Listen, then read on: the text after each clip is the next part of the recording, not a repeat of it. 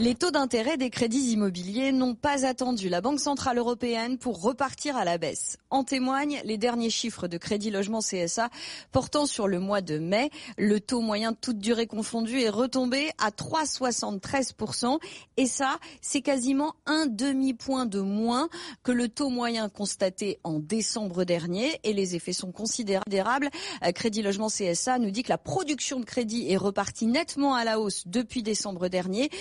Plus de 86% de hausse en l'espace de 5 mois seulement. Preuve donc que les banques ont anticipé la décision de la Banque centrale européenne il y a déjà plusieurs mois. En réalité, ce sont les intérêts de la dette française qu'il va falloir scruter ces prochains mois. Voilà ce qui pourrait ralentir la machine du crédit immobilier, selon plusieurs observateurs, avec la légère hausse constatée ces dernières semaines et notamment la dégradation de la note de l'État français. C'est l'OAT 10 ans qu'il faudra regarder. D'ailleurs, la courtière Cécile Roclor chez Empruntis estime qu'on devrait descendre finalement au mieux à 3,5% toute durée confondue en fin d'année sur les crédits immobiliers. D'autres plus optimistes tablent sur 3,2 voire 3% en décembre prochain. Une chose est sûre, on va avoir sans doute un petit ralentissement de baisse de taux pendant la traditionnelle trêve estivale.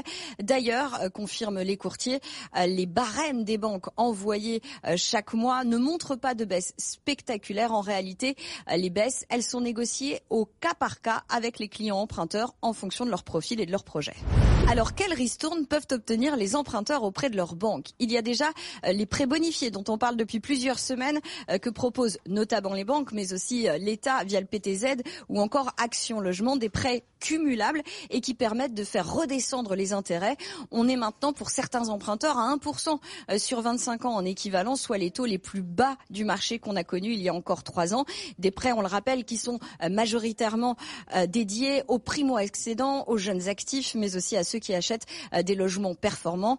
Figurez-vous qu'il y a aussi des avantages si vous êtes parmi la population la plus aisée. C'est le courtier Préto qui nous dit que la moyenne des taux sur 20 ans pour les ménages gagnant plus de 80 000 euros par an, la moyenne est redescendue sous les 3,5%, alors qu'on est au-delà des 3,70 pour les ménages gagnant moins de 40 000 euros par an. Marie, cœur de roi. Good Morning Business. Le débat.